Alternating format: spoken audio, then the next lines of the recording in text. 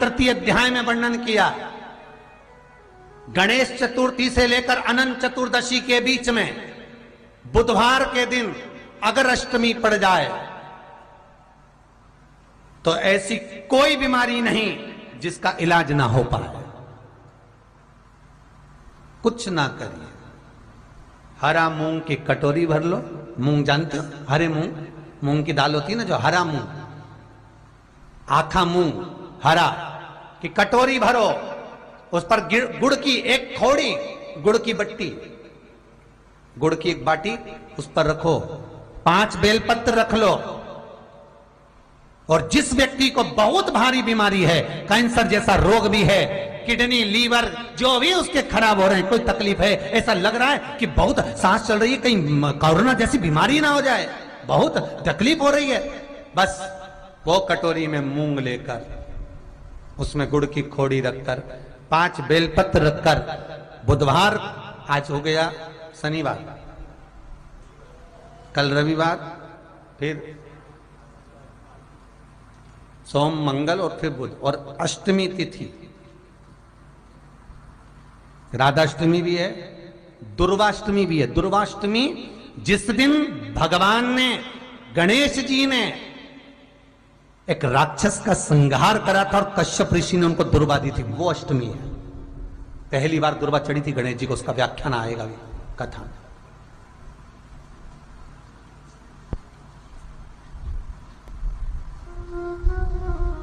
मूंग कटोरी में भरकर, गुड़ की खोड़ी रखकर, गुड़ की भट्टी, 5 बेलपत्र, जिसको बहुत बीमारी हो, दमा, श्वास, किडनी आदि का आदि बहुत बीमारी हो, 21 बार शरीर पर से उतार कर महाराज सीधे हाथ में रखकर नाम गोत्र खुद का बोलकर और भगवान से, गणेश जी से विनती कर कर अष्टमी तिथि के दिन, बुधवार के दिन जो भी आ रही है, बहुत समय के बाद पड़ रही है, उस दिन उस कटोरी नहीं लेना, पुरानी कटोरी नहीं लेना, कोई कटोरी घर में नहीं हो, नई कटोरी, और उसको गणेश जी के मंदिर में पहुंचा दीजिए।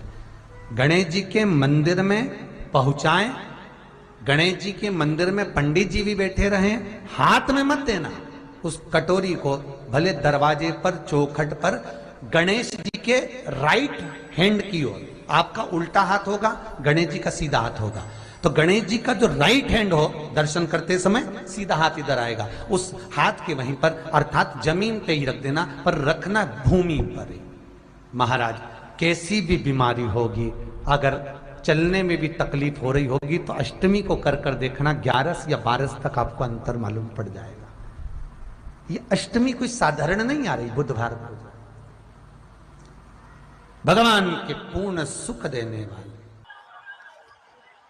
किसी भी स्थान में यदि हमारे घर में 2 शिवलिंग है, नहीं है, तो किसी अपने घर के गमले में, बगीचे में 2 पार्थिव लिंग का निर्माण करें, 2 पार्थिव, उसमें एक शिव जी का स्मरण करें और एक में माता पार्वती जी का स्मरण। देवाधिदेव महादेव के 2 स्वरूप, 2 लिंग प्रकट कर कर, एक पर 9 पुष्प लाल और एक पर श्वेत पुष्प 5 समर्पित करें, बाबा की आराधना करें, घी का दीप लगाएं, पूजन करें, और बाद में उन शिवलिंग को, उन पुष्पों को विसर्जन करें। किसी भी नदी में, तालाब में, बावड़ी में, अगर वहां नहीं विसर्जन कर सकते हैं तो किसी वृक्ष के नीचे उनका विसर्जन कर। और ये नवरात्रे, ये जो गुप्त नवरात्रे हैं, इस माघ महीने में जो गुप्त नवरात्रि आती है, इसी के अंतर्गत इसका पूजन है। एक बार हमने पहले वर्णन किया था, जिसके यहाँ संतान नहीं होती उसके लिए भी पहले जो आषाढ़ के महीने में जो गुप्त नवरात्रि आते हैं उसका स्मरण कराया था। और इसका एक अगर आपने देवी भागवत का स्मरण किया हो, या भगवान शिव की एक पवित्र आनंदमय कथा स्कंद पुराण के काशी खंड में अगर सुनी हो, या उसमें भी नहीं पढ़ पाए हो, तो शृंगी ऋषि के चरित्र में आता है, शृंगी बाबा ने वर्णन किया है कि किसी भी स्थान पर किसी भी स्थान पर।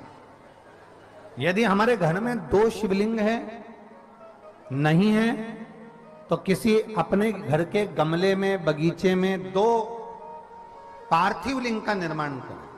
2 पार्थिव लिंग, उसमें एक शिव जी का स्मरण करें और एक में माता पार्वती जी का स्मरण।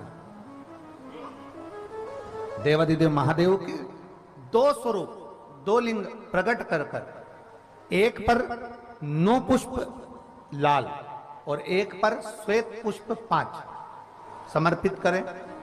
बाबा की आराधना करें, घी का दीप लगाएं, पूजन करें और बाद में उन शिवलिंग को और उन पुष्पों को विसर्जन करें। किसी भी नदी में, तालाब में, बावड़ी में, अगर वहां नहीं विसर्जन कर सकते हैं तो किसी वृक्ष के नीचे उनका विसर्जन कर दो।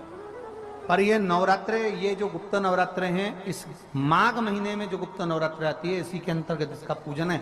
एक बार हमने पहले वर्णन किया था, जिसके यहाँ संतान नहीं होती उसके लिए भी पहले जो आषाढ़ के महीने में जो गुप्त नवरात्रे आते हैं उसका स्मरण कराया था, और इसका एक पत्र यहाँ पर भी है। और तेरी कृपा बिना, कृपा से